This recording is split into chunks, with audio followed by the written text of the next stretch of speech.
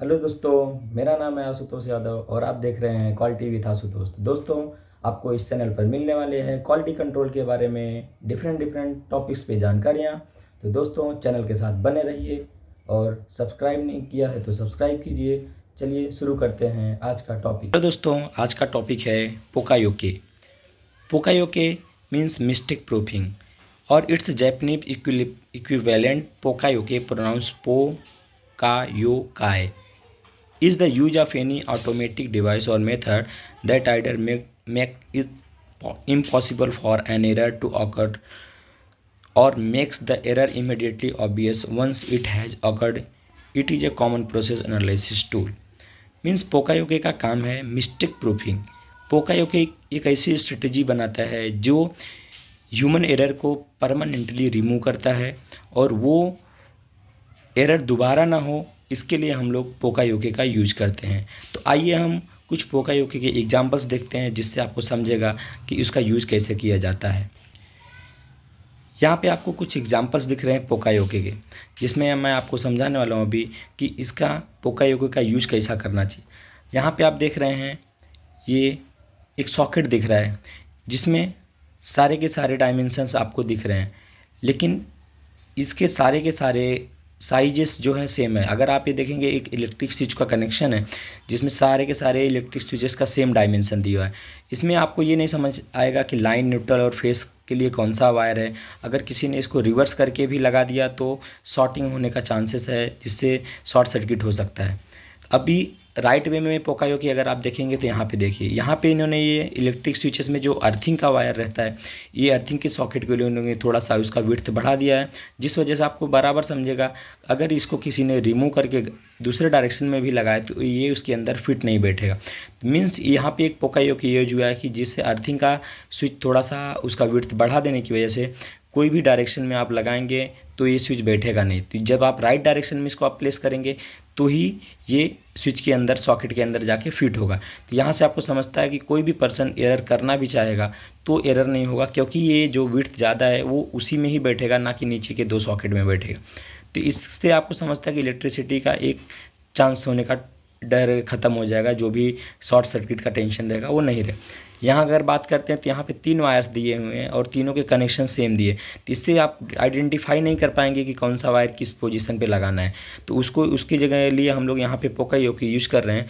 पोकायोके का काम है जिससे आपको यहाँ पे बराबर दिख रहा है कि यहाँ पे ब्लू लाइन के लिए यहाँ पे ब्लू सॉकेट का दिया हुआ है, रेड लाइन के लिए रेड सॉकेट और ग्रीन के लिए ग्रीन सॉकेट। तो इससे किसी को भी पर्सन उसको भी समझ रहेगा कि ग्रीन वायर है तो उसको ग्रीन सॉकेट में लगाना है, रेड वायर है तो रेड सॉकेट में।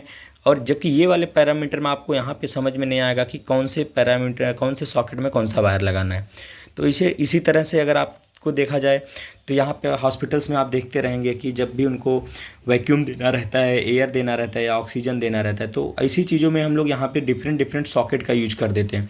जिससे वैक्यूम के लिए ये सॉकेट का स्क्वायर शेप में सॉकेट है, यहाँ पे सर्कल में है, यहाँ पे हेक्सागोनल फॉर्म में है। तो इससे क्या है कि इसके अंदर का जो भी सॉकेट रहेगा वो सेम शेप में रहेगा तो ही इसके अंदर इंसर्ट होगा। अदरवाइज इसके अंदर राउंड वाला इसके अंदर नहीं प्लेस हो सकता और स्क्वायर वाला राउंड के अंदर प्लेस नहीं हो सकता, या फिर राउंड वाला हेक्सागोनल के अंदर। इन द सेंस कि जो भी सॉकेट्स रहेंगे उन सबको एक आइडेंटिफिकेशन दिया रहेगा, जिस वजह से एरर होने के चांसेस नहीं रहेंगे। तो ऐसे एरर को रिमूव करने के लिए हम लोग पोकायोके यूज करते हैं। दोस्तों, यहाँ पे भी आप देख रहे हैं कि ये आपको एक सर्कल दिख रहा है, लेकिन सर्कल के बाद यहाँ पे ये ट्रायंगल को प्लेस करने की ट्राई कर रहा है, जिसकी ये एरर है कि यहाँ पे ट्रायंगल का नहीं, यहाँ पे सर्कल का रिक्वायरमेंट। तो यहाँ पे हमने सर्कल की, इन द सेंस कि जो भी एरर ह्यूमन वे में होने के चांसेस हैं उनके रिमूव करने के लिए जो काम किया जाता है वहाँ पे हम लोग पोकायोके यूज करते हैं, जिससे एरर होने का चांस ही नहीं रहेगा। तो ये था एग्जाम्पल। आइए आपको बताते हैं कि कितने टाइप्स के होते हैं पोकायोके। 2 टाइप्स के पोकायोके होते हैं अगर देखा जाए तो। पहला है कंट्रोल पोकायोके और दूसरा है वार्निंग पोकायोके। कंट्रोल पोकायोके का काम है they take physical action to prevent a defect that is make mechanically impossible for mistake to happen. ये क्या करते हैं कि पहले से ही फिजिकल एक्शन को लेते हैं जो डिफेक्ट कर लेते हैं कि कोई भी मिस्टेक्स इम्पॉसिबल होने का चांस ना हो, उसके लिए ये लोग पहले से ही उसको कंट्रोल दे देते हैं आपको। तो अगर कंट्रोल पोकायोके का एग्जांपल देखा जाए तो हमारी जो स्कूटर रहते हैं, जो स्कूटी रहते हैं जिसको हम लोग चलाते हैं, तो उसमें अभी के टाइम पे लेटेस्ट में दे दिया गया कि अगर आप स्कूटी का ब्रेक नहीं प्रेस करते हैं तब तक आप स्कूटी स्टार्ट नहीं कर सकते। इन द सेंस क्या है कि स्कूटी का ब्रेक आप प्रेस करेंगे और उसके बाद स्टार्ट करेंगे तो स्कूटी कंटिन्यू ऑन करते ही स्पीड नहीं पकड़ेगी, जिस वजह से ड्राइवर को कोई रिस्क नहीं रहेगा। इन द सेंस क्योंकि ब्रेक वो ऑलरेडी प्रेस किया है और उसके बाद वो स्कूटी को ऑन करेगा तो स्कूटी को आगे जाने का चांस नहीं है। वो जब चाहेगा फिर वो ब्रेक को रिलीज करके फिर वो आगे जा सकता है। सेकंड ऑप्शन आता है, सेकंड पोकायोके है जो वार्निंग पोकायोके। वार्निंग पोकायोके का काम है कि the pokayoke alert operator person by colour और sound when they are about to make mistake so that they can prevent the mistake.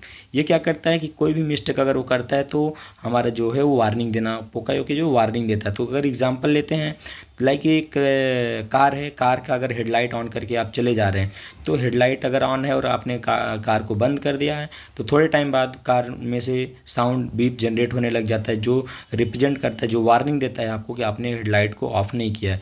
वैसा दूसरा एग्जांपल अगर देखने जाए तो कि कार का अगर आपने फ्यूल टैंक का जो कैप है अगर उसको आपने खुला ही छोड़ दिया है, उसको आपने क्लोज नहीं किया है, तो वो आपको आपके डिस्प्ले पे वार्निंग देने लग जाता है, एक बीप साउंड जनरेट होता है जिसकी वजह से मालूम पड़ता है कि फ्यूल टैंक का कैप ओपन रह गया है, क्लोज नहीं किया गया है। तो ये सारे जो वार्निंग पैरामीटर हैं ये इसके अंदर आते हैं, वार्निंग पोकायोके के अंदर।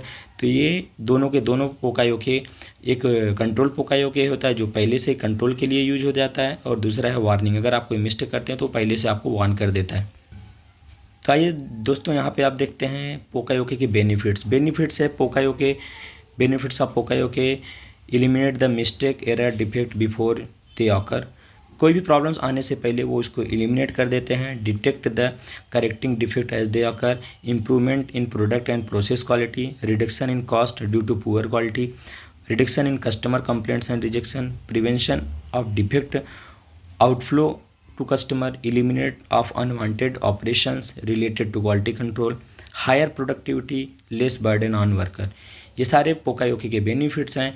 पोकायोके का मैन्युफैक्चरिंग लाइन में बहुत बड़ा रोल है जो विदाउट किसी मिस्टेक्स के हमारे प्रोडक्ट को स्मूथली रन करता है और उसको एक बेस्ट क्वालिटी देता है बनाने में।